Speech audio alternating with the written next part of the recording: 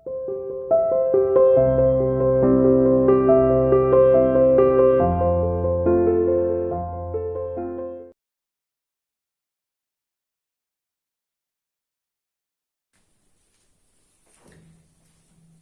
बेटा, कक्षा 9वीं में हिंदी विषय में हम अलंकार का रिवीजन कर रहे हैं। ठीक है बेटा, तो हमने इससे पहली क्लास में यानी इससे पहली जब वीडियो हमने बनाई थी उसमें हमने पढ़ा था अलंकार का शाब्दिक अर्थ, ठीक है, अलंकार का अर्थ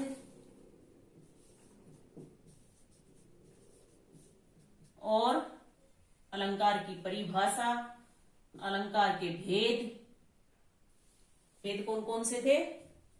शब्द अलंकार और अर्थ अलंकार। तो उनमें से हमने शब्द अलंकार पढ़ लिया था। अब हम पढ़ेंगे शब्द अलंकार के भेद। कितने होते हैं? 3 भेद होते हैं।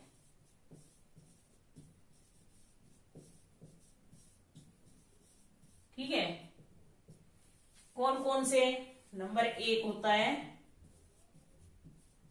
अनुप्रास अलंकार। दूसरा होता है यमक अलंकार और तीसरा होता है श्लेष अलंकार। ये 3 अलंकार होते हैं शब्द अलंकार के अंतर्गत। अब हम सबसे पहले पढ़ेंगे अनुप्रास अलंकार क्या होता है, यानी अनुप्रास अलंकार किसे कहते हैं, इसमें कैसे हमें पता चलेगा कि इन काव्य पंक्तियों में अनुप्रास अलंकार है। ठीक है, तो सबसे पहले यहां लिखेंगे अनुप्रास अलंकार। अलंकार लिखना जरूरी है बेटा, क्योंकि अनुप्रास के बाद कोई वाच्य जोड़ दे, है ना, समास जोड़ दे तो फिर उसके बाद तो हमारा गलत हो जाएगा, इसलिए अलंकार लिखें। अब अनुप्रास अलंकार क्या होता है? जब एक ही वर्ण की बार बार आवृत्ति हो, जब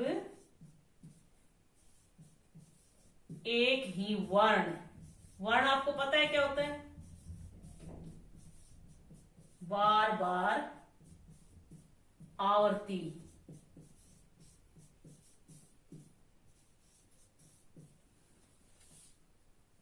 तो उसे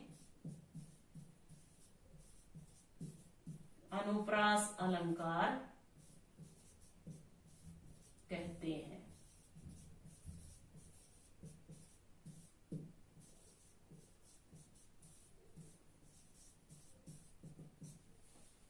अब वो बार बार आवृत्ति क्या होती है?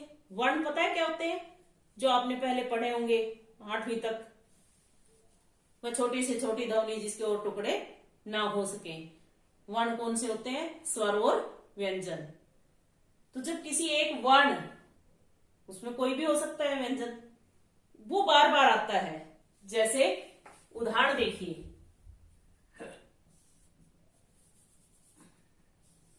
उदाहरण में क्या लिखेंगे? रघुपति, राघव, राजा, राम। ये काव्य पंक्ति लिखी है हमने। आज इसमें कौन सा ऐसा वर्ण है जिसका बार बार प्रयोग हुआ है? रे, हुआ है ना?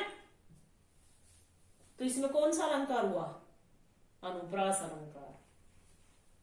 ठीक है, जहां व्यंजनों, ये भी परिभाषा में हम ये भी लिख सकते हैं, जहां व्यंजनों की आवृत्ति के कारण वाक्य में चमत्कार उत्पन्न होता है, वहां अनुप्रास अलंकार होता है।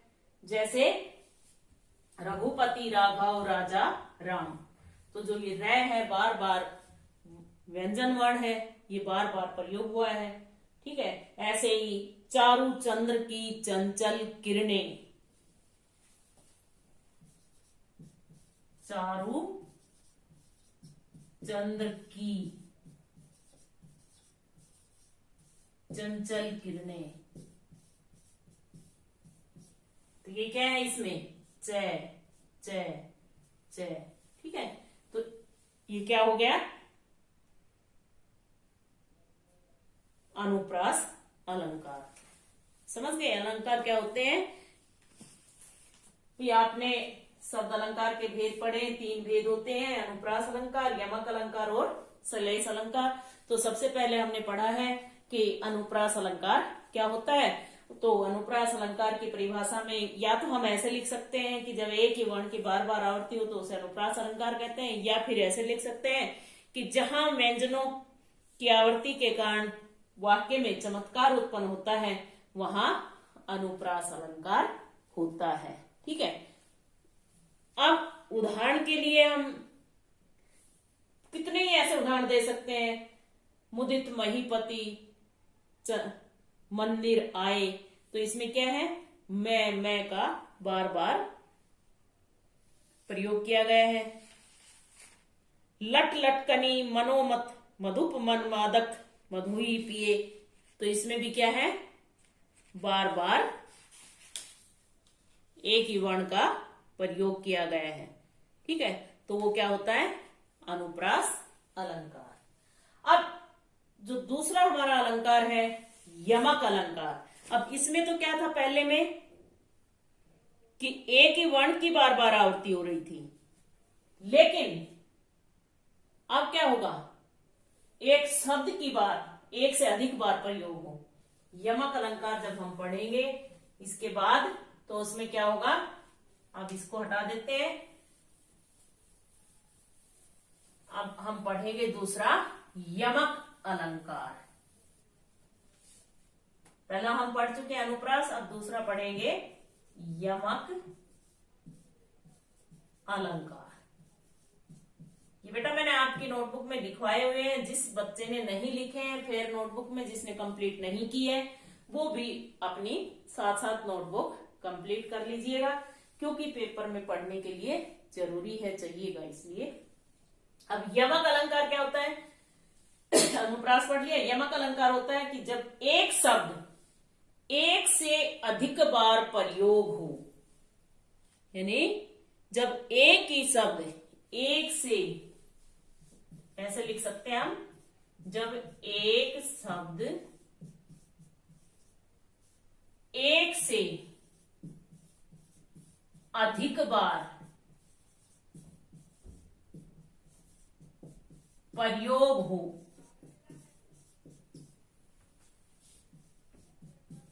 तो उसे यमक अलंकार कहते हैं।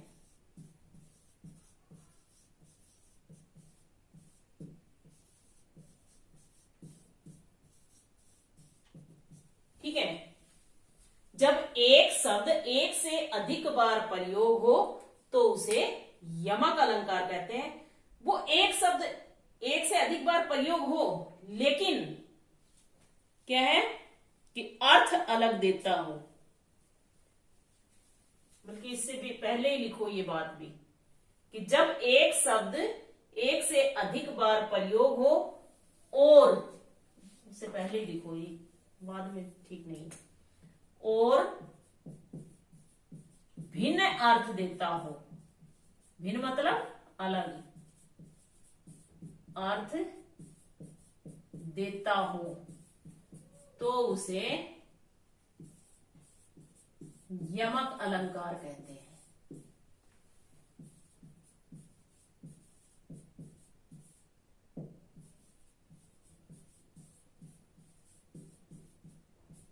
जैसे उदाहरण में क्या लिखेंगे? काली घटा का घमंड घटा, घटा का घमंड घटा, काली घटा का घमंड घटा।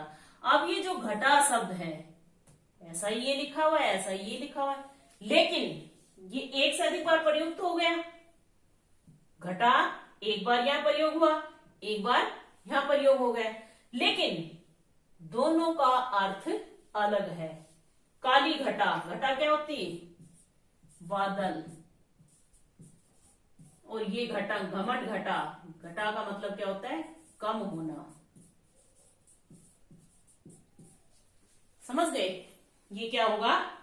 यमक अलंकार। यानी ऐसे ही एक उदाहरण और है कि कनक कनकते, कनक कनकते सोगुनी मादकता अधिकाय।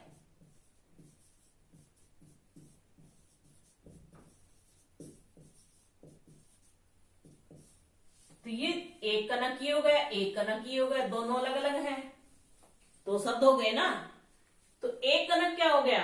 सोना, सोना यानी गोल्ड। और एक कनक का मतलब क्या हुआ? धतूरा। धतूरा होता है एक पौधा नशीला जिसमें नशा होता है।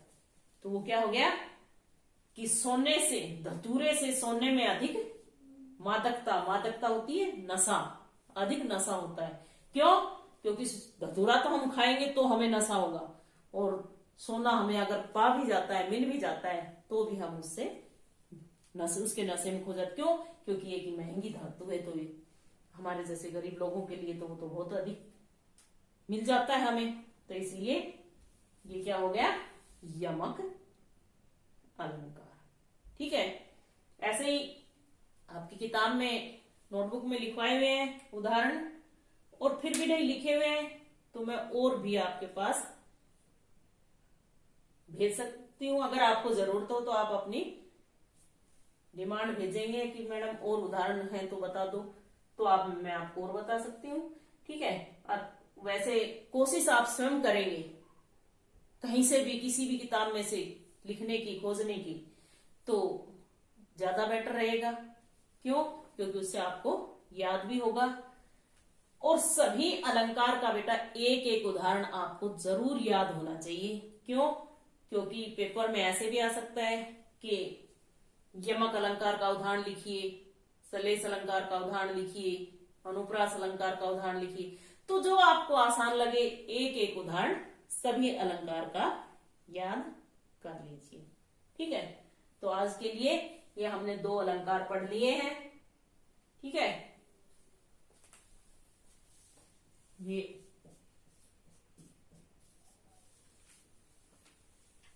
क्या है कि अनुप्रास अलंकार और यमक अलंकार, और इससे अगली क्लास में हम पढ़ेंगे सलेस अलंकार।